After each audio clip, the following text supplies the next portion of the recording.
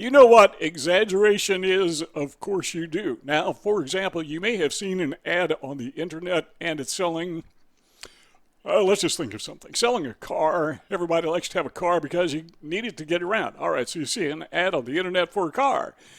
And you're very impressed with that ad because, man, look at this car. It's driving down the highway and, a winding road out in the mountains. And it's the only car on the road. And it looks like you're so free and having so much fun.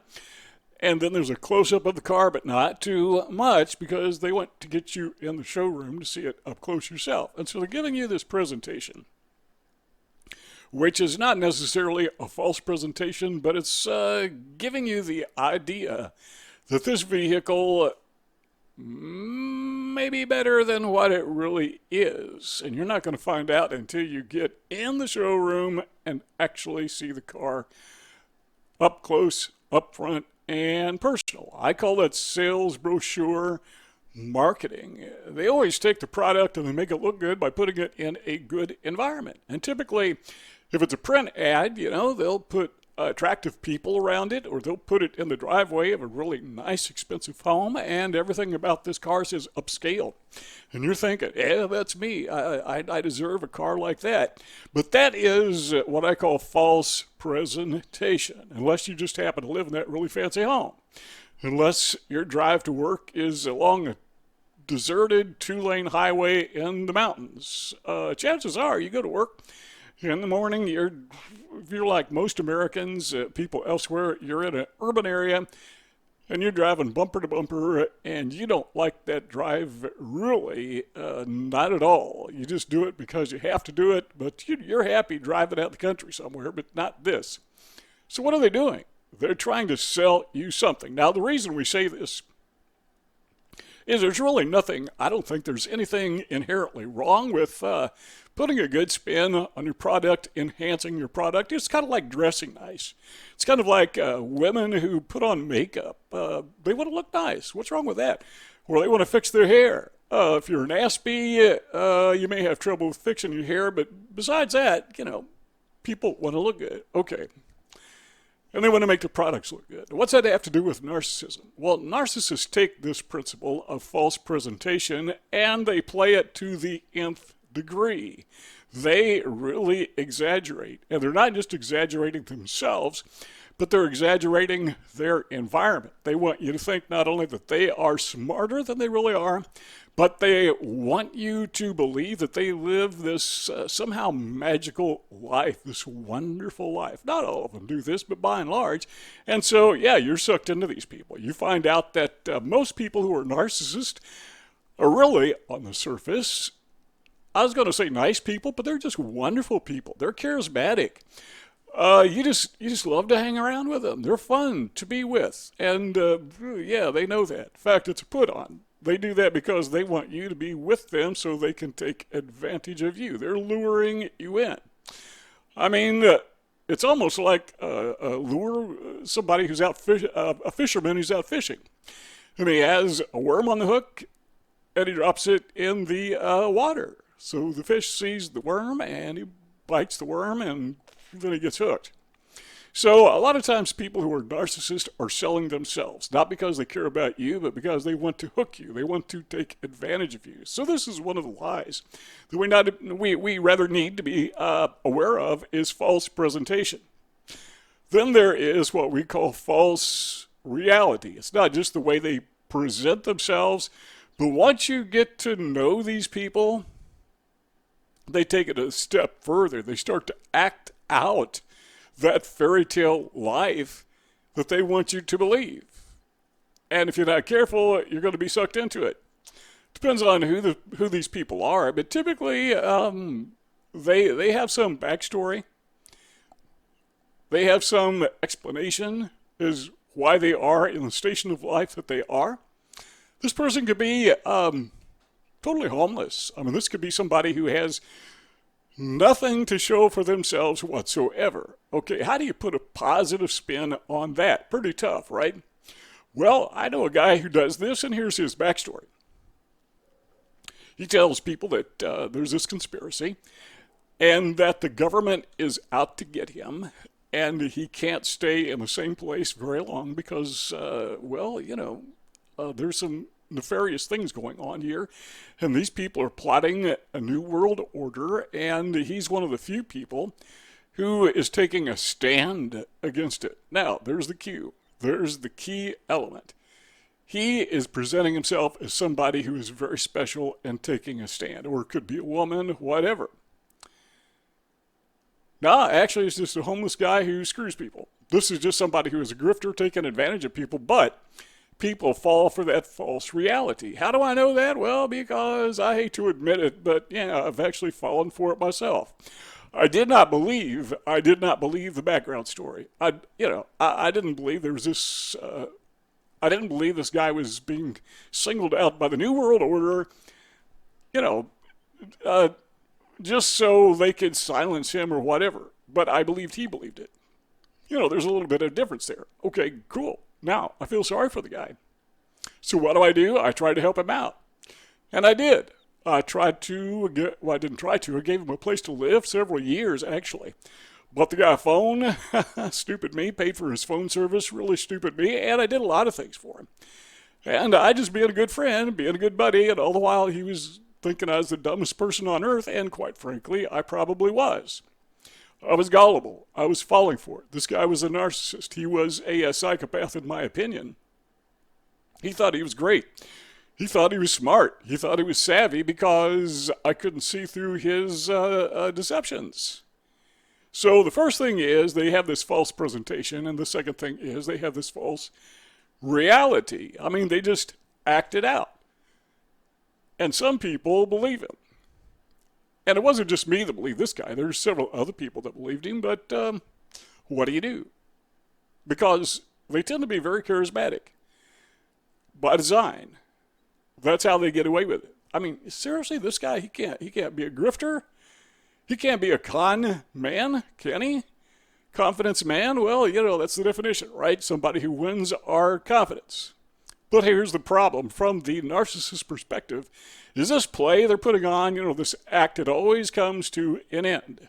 They cannot do this forever. There is always a trail, usually a very obvious trail that they have hidden.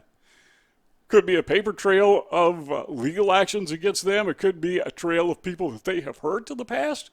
And usually that's what we would call a trail of tears. People that they have just, they've won their confidence, and they just took advantage of them. Now, you may have a narcissist in your life who is or was a love interest, and you know how that hurts. I don't, because I've never been there. I've never had, that I can recall, I've never had a love interest that has betrayed me in that form. But, here I am, almost 7 years old. I've seen a thing or two in my life. I'm trying to share with you some of those things I've seen, so maybe hopefully I can give you some good, solid advice from somebody who's had experience. But one thing I've never experienced is that horrible thing where somebody pretends that they are your love interest and they're not. And they play, that has got to be the extreme in playing somebody's emotions. So you got to be careful when they present that false reality. Number three, the third lie, is what I term false assurance, because these people, as a part of the all-encompassing lie, is they have to come across as being very trustworthy. That is, they are reliable and they are dependable. Every narcissist I have ever met has two characteristics, among many characteristics, but they tend to always have these two in particular. Number one is they present themselves as being very trustworthy. And number two, they are not very trustworthy. It's all fake. It's all a lie. These people do not believe in rules. They just don't. People who are narcissists, the whole world exists for them. Who has a right to make rules for them? Well, if they believe somebody has a right to make a rule for them, then they're probably not narcissists, because it kind of defies the definition. But if it's a true narcissist, no rules, no rules, no rules for me. I can go where I want, do what I want. That includes to take advantage of you. And, now watch, when this person is convincing you that they are trustworthy, when they are giving you this false assurance, you know what they're doing? They are sucking you in so they can suck you dry. It's just that simple. And once that happens, guess what happens next? Well, that's what we call the discard. You know, I've talked about this before, but have you ever used a tissue paper? Okay, my wife and I went out for lunch today. We went to Steak and Shake. And we used napkins. I really haven't given a lot of thought to that. What happened to that napkin after I used it? I mean, I used it, put it in the trash can. I just kind of forgot about it. I mean, I needed to use it, and I'm grateful that I had it, but I was just using it. I didn't care about the stupid napkin. I just cared that I had it for myself. Now, there are people who are using you just something to wipe their face on, and that's the gentle expression of this analogy. I mean, there are people in your life that you could probably remember, going back to the thing about the love interest, and they were just using you. And when they're done with you, they just forget you as if you never existed. They're grateful, you know, they could take advantage of you, but there was no love interest. They're just pretending. Number 4 is a lie that I call the transference of blame. Once a narcissist discards you, or maybe even before he or she is done with you, there's one thing that they will nearly always do, and that is they will not accept blame for the fallout. Somehow, some way, they will invent an alternate story. It's kind of like number 2, you know, the false reality. They will invent an alternate story of what really happened. And that's where the smear campaign begins. I mean, the narcissist will begin a smear campaign before you know what's happening, because they want to beat you to the punch. They want to create and establish a false narrative before anyone hears the truth, because people tend to believe what they hear first. That's a matter of just proven science. Settled science, psychology. People tend to believe whatever they hear first. And then, once that's stuck in their head, they don't want to let go of it. So the narcissist, after he or she has discarded you, or better yet, I should say, in anticipation of discarding you, they will begin the smear campaign where they're letting everybody know that this breakup or this business venture that went south, or whatever it happens to be, it was your fault. You know, it was this guy that I had, or this girl that was in my life. It's all her fault.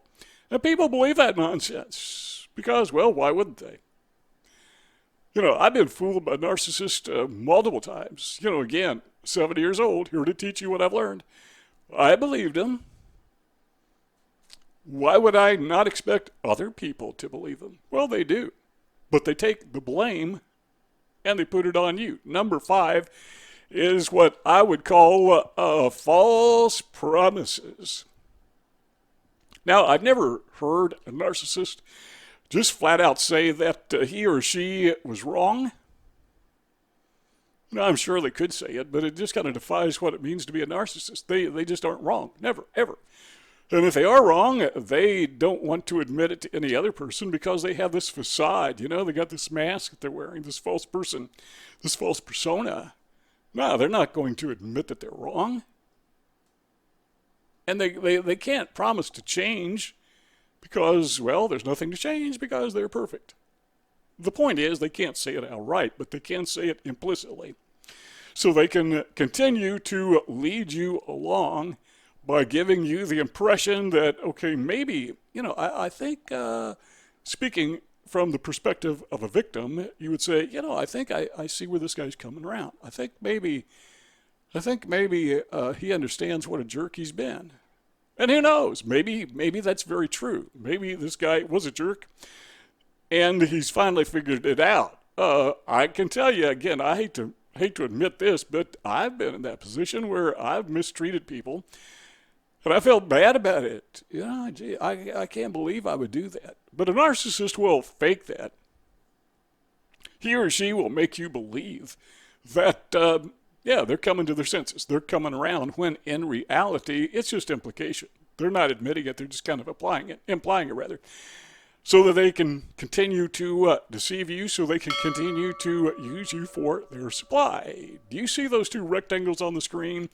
If you like what you've heard, we encourage you to keep the conversation going if you want, just by clicking one of those rectangles. But if not, thanks for stopping by, and we'll see you guys next time.